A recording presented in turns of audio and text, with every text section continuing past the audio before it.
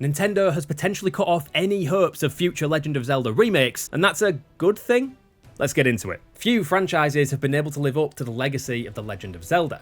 Nintendo's fantasy epic has managed to so rarely drop the ball in its 37-year history that its more retro adventures are still loved and revered decades after their original release. Despite that though, there have been relatively few modern remasters and remakes of the classics from the series' stellar stockroom. We went back to the start of the convoluted timeline for The Legend of Zelda Skyward Sword HD in 2021, and while there were hopes for more remakes of other 3D entries, the rumour mill is yet to spit out any concrete evidence that more are coming. Two games that continue to do the rounds are mythical remasters of 1998's Ocarina of Time and 2002's Wind Waker. It's true they've both had re-releases in 2011 and 2013 respectively, but we're talking about full-blown remakes for the Nintendo Switch. Sadly though, now those behind Zelda have shoved the Master Sword directly into any possible hopes of future 3D remakes. Speaking to RTL News, producer Eiji Aonuma was asked about why the last two games in the series, Breath of the Wild and Tears of the Kingdom, are so different from what came before, and Aonuma said they were born from the ideas that they had in the past.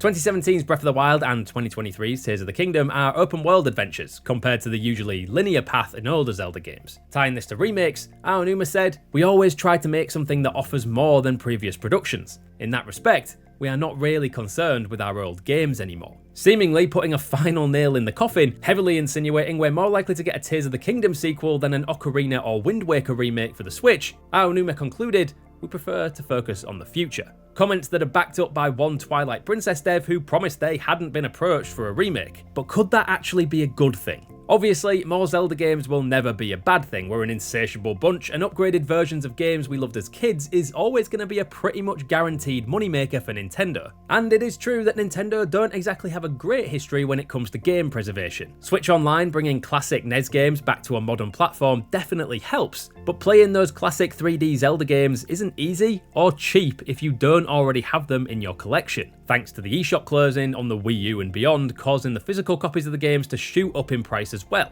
With all that said though, Nintendo deciding to leave the Zelda games of the past in the past is probably a good thing. I mean, if nothing else, see what happens when Nintendo look to the future instead of relying on their past successes. Like Aonuma said, the mechanics that made Breath of the Wild and to an even greater extent Tears of the Kingdom so great were born from the ideas they'd had in the past. So why not focus more on the future of the series instead of trying to revive the games of old and reselling them all over again? Especially with Nintendo Switch Online adding a ton of classic games to its catalogue, surely it's only a matter of when and not if GameCube games get added to the library available on the Switch. And wouldn't classic Zelda adventures be first in line to make that jump and allow newbies to explore the adventures of old all over again? Now obviously, we don't know for sure if GameCube games will eventually land on the Switch. It might well be we have to wait for the long-rumoured Switch 2 to launch before we can get our hands on GameCube games on a modern console. A modern Link to the Past, if you will. But if we consider it an inevitability that they'll eventually make the jump,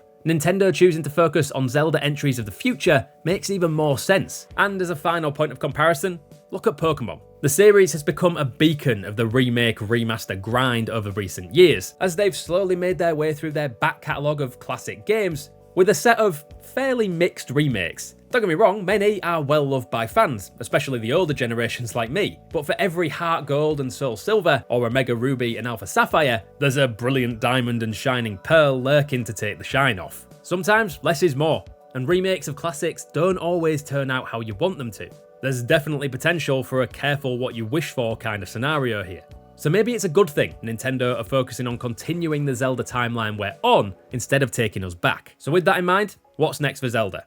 Well, just to briefly contradict everything we've spoken about so far, insider Jeff Grubb has repeatedly said more Zelda remakes are on the way, but it seems he's pretty far off the rupees with this one. There's also a growing catalogue of Zelda games available as part of the Switch Online service, but there are still some major gaps that are gonna need filling. And as for the future Aonuma is eyeing up, things are looking pretty good right now, especially with Tears of the Kingdom being the fastest selling game in the franchise's entire history. There's currently no word on a potential Tears of the Kingdom DLC, but I think we can assume it'll be on the horizon. And after that, you can look ahead to a potential sequel. A trilogy set in the Breath of the Wild and Tears of the Kingdom style would be a pretty great way to round off what would probably be Nintendo's most successful and most beloved run of Zelda games in history. But with rumours of a Switch 2 dev kit now out in the wild, we'll probably be waiting for Nintendo's next console before we get to visit Hyrule again.